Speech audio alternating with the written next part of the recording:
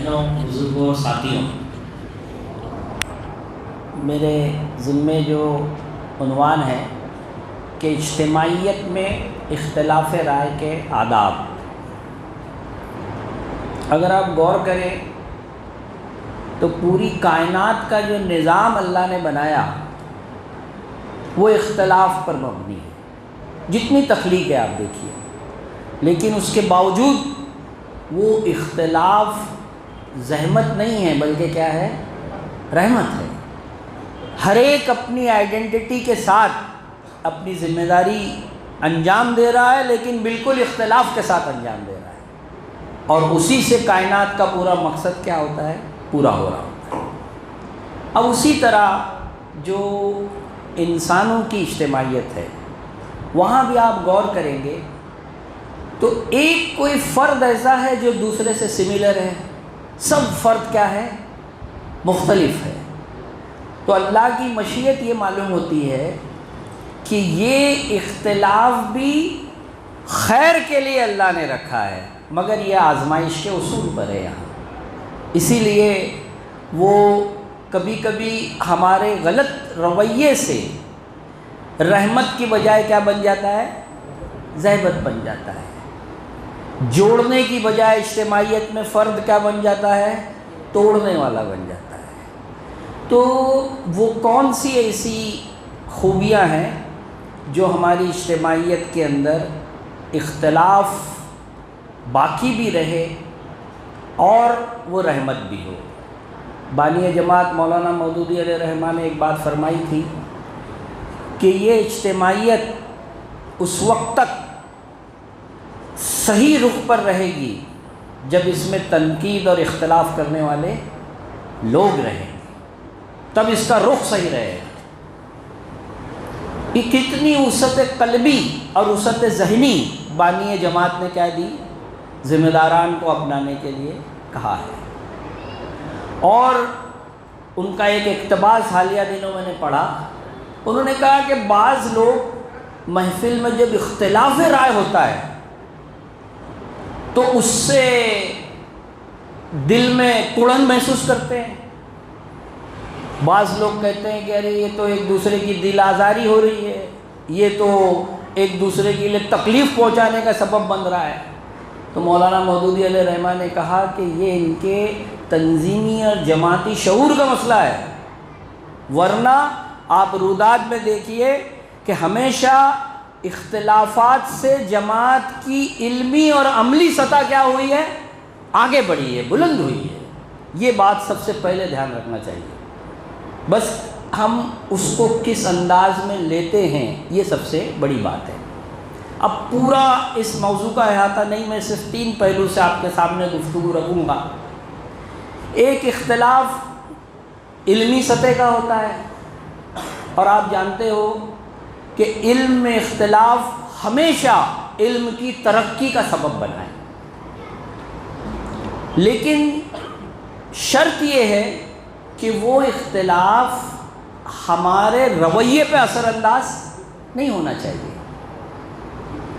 اب میں ایک مثال دوں آپ کو، سیدنا ابو بکر رضی اللہ تعالیٰ عنہ، وہ بیت المال کا جو وظیفہ ہے اس میں ان کی رائے یہ تھی کہ سب کو برابری سے تقسیم کرنا چاہیے۔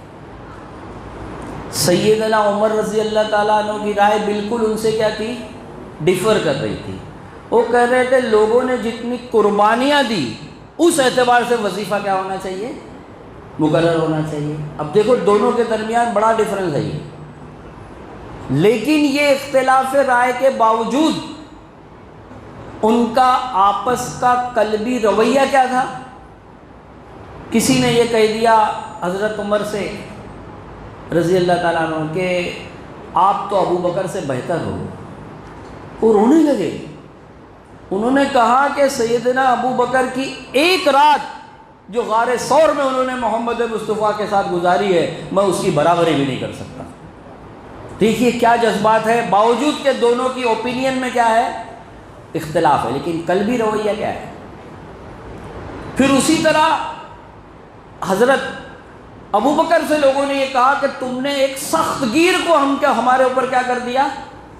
حضرت عمر کو نامزد کر دیا مشورے سے، کل تم اللہ کو کیا جواب دو گے؟ تو انہوں نے کہا کہ میں اللہ کو یہ کہوں گا کہ میں نے سب سے اچھا فرد تمہارے لیے کیا کیا ہے، نامزد کیا ہے۔ دیکھو دونوں کے دل کتنے صاف ہیں، باوجود کہ رائے میں کیا ہے، لیکن اجتماعیت میں جب یہی رائےوں کا اختلاف ایگو کی نظر ہو جاتا ہے، علاقائی عصبیت کی نظر ہو جاتا ہے، تو سب پرسیپشن کیا ہو جاتے ہیں، غلط ہو جاتے ہیں۔ تو ہمیشہ علمی اختلاف، تحریکات میں بھی آپ دیکھیں کہ آج سب سے پہلے دستور میں ہمارا نصب العین حکومت الہیہ لکھا جاتا تھا۔ یہ اس علمی اختلاف کی برکت ہے کہ جس کے نتیجے میں ہم مشورے سے یہاں پہنچے کہ اقامت دین قرآن کی سب سے بہتر اصطلاح ہے بجائے حکومت الہیہ کے۔ اس سے آپ اندازہ کیجئے کہ یہ علمی اختلاف جماعت کو کیا کرتا ہے، اپنے موقف پر ریویو کرنے دیتا ہے اور اس کو آگے کی طرف، بہتر سے بہتر کی طرف بڑھاتا ہے۔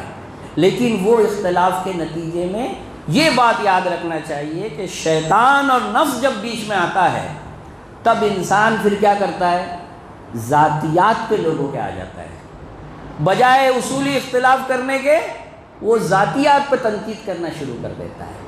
یہ وہ چیز ہے، یہ وہ زہر ہے جس سے ہمیں اختلاف رائے کے جو آداب ہے اس میں ہمیں کیا ہونا چاہیے، اس سے احتیاط کرنی چاہیے۔ دوسری چیز یہ ہے کہ اختلاف رائے میں ایڈمنسٹریٹو سطح پر اختلاف ہوتا ہے۔ اب ایک مثال میں آپ کو دوں کہ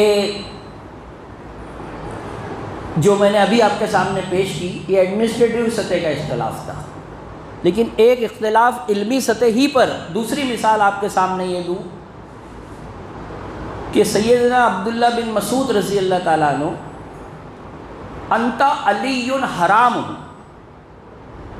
اس کو یہ مانتے تھے کہ یہ قسم ہے، یعنی تو مجھ پر کیا ہے، حرام ہے۔ کوئی جگہ کا ایک خاص کیا ہوتا ہے، محاورہ ہوتا ہے، لیکن حضرت عمر اس کو ایک طلاق گنتے تھے۔ دیکھو بہت بڑا فرق ہے یہ، یعنی ایک سے طلاق واقع ہو جا رہی ہے اور ایک سے کیا ہو رہا ہے، قسم کا کفارہ ہوتا ہے۔ لیکن اتنے بڑے اختلاف پہ علامہ ابن قیم رحمۃ اللہ علیہ کہتے ہیں کہ ایسے 100 اختلاف حضرت عمر اور عبداللہ بن مسعود کے درمیان ہو گئے علاقہ بدلنے سے۔ تو اب یہ جو اختلاف کے بعد ان کا ذاتی آپ رویہ دیکھو گے تو حضرت عمر کا لکھا ہوا قرآن جب عبداللہ بن مسعود کے سامنے آیا تو وہ پڑھ کر رونے لگے اور کہا کہ عمر اسلام کا قلعہ تھے، جو اس میں داخل ہوتا پھر اسے کسی ڈر کا، یعنی کسی بہکنے کا خوف نہ ہوتا۔ آج وہ ہمارے درمیان وہ قلعہ ٹوٹ گیا، ان کا انتقال ہو گیا۔ اور عبداللہ بن مسعود کے بارے میں ان کی رائے کیا تھی؟ جب ان کو کوفہ بھیجا تو کہا ہے کوفہ والوں، ان تمہارے سے زیادہ ان کی مجھے حاجت ہے، لیکن میں اپنے پہ تم پر کیا کر رہا ہوں، ترجیح دے رہا ہوں۔ دیکھیے اتنے اختلافات کے بعد ایک دوسرے کے تعلق سے سوچ کیا ہے۔ آج جب یہ سوچ زحمت کب بنتی ہے، ہمارے لیے نقصان دہ کب ثابت ہوتی ہے، جب ہم ان اختلاف کو علمی، ایڈمنسٹریٹو، اجتماعیت کے حق میں خیر کی بجائے یہ لینے لگ جائے کہ یہ میرے خلاف تنقید کے لیے یہ اختلاف پیش کیا گیا، مجھے نیچا گرانے کے لیے یہ پیش کیا گیا۔ تو اب کیا ہوتا ہے، ہم اس اختلاف کا اظہار پرٹیکولر جہاں کرنا چاہیے مجلسوں میں، اس کی بجائے اس کو پوری عام محفلوں کی زینت بنا دیتے ہیں، اور اس میں پھر کیا ہوتا ہے، اجتماعیت کے اندر وہ ناسور پیدا ہوتا ہے کہ ہر ایک دوسرے سے شاکی ہوتا ہے۔ ایسی اجتماعیت جہاں اختلافات کو اس کے صحیح فورم میں رکھنے نہ دیا جائے یا لوگ ان اختلافات کو وہاں نہ رکھے، یہ وہ اجتماعیت ہوتی ہے جس سے اللہ کے رسول نے پناہ مانگی ہے۔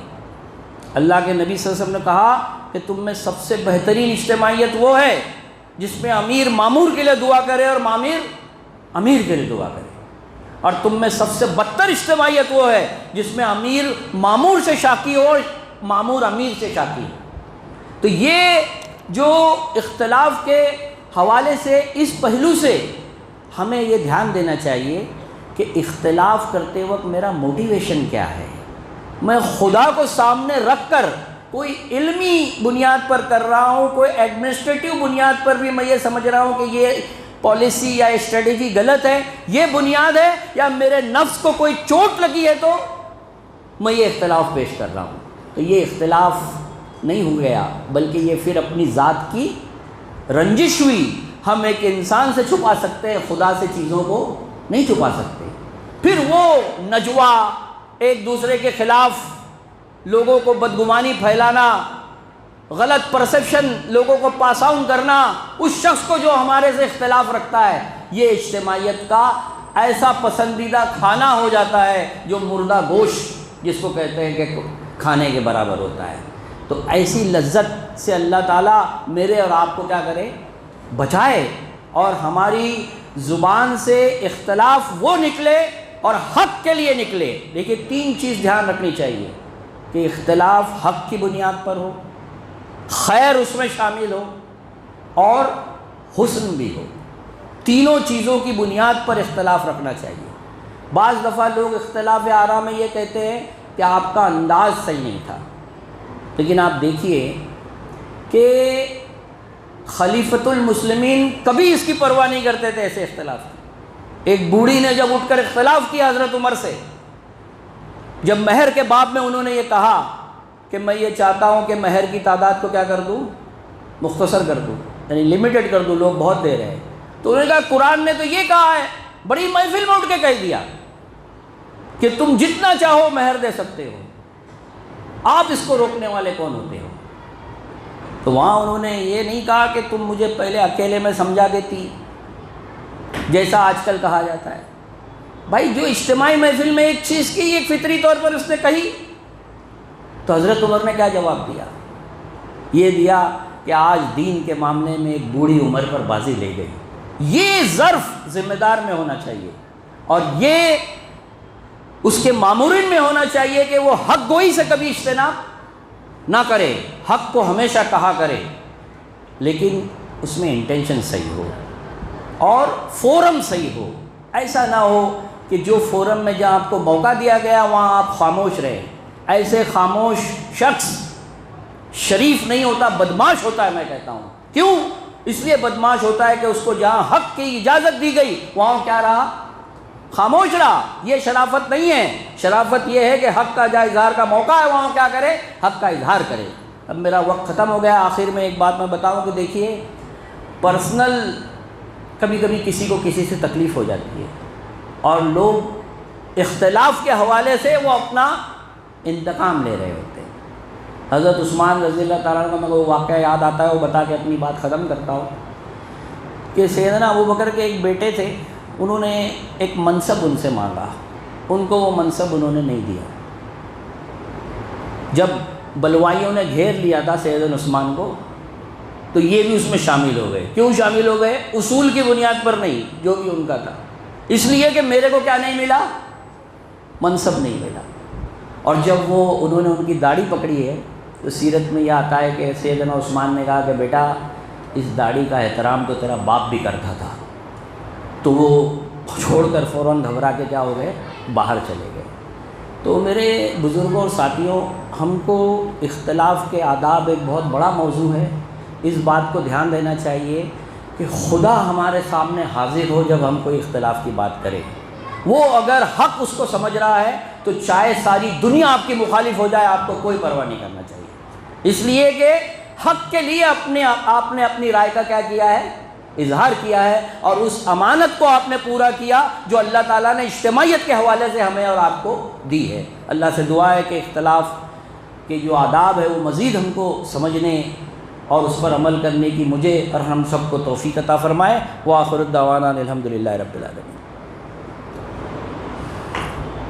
ابھی جو نئے ارکان بنائے گئے ہیں ان کی تجدید کا وقت ہے، تو اس کے لیے میں معاون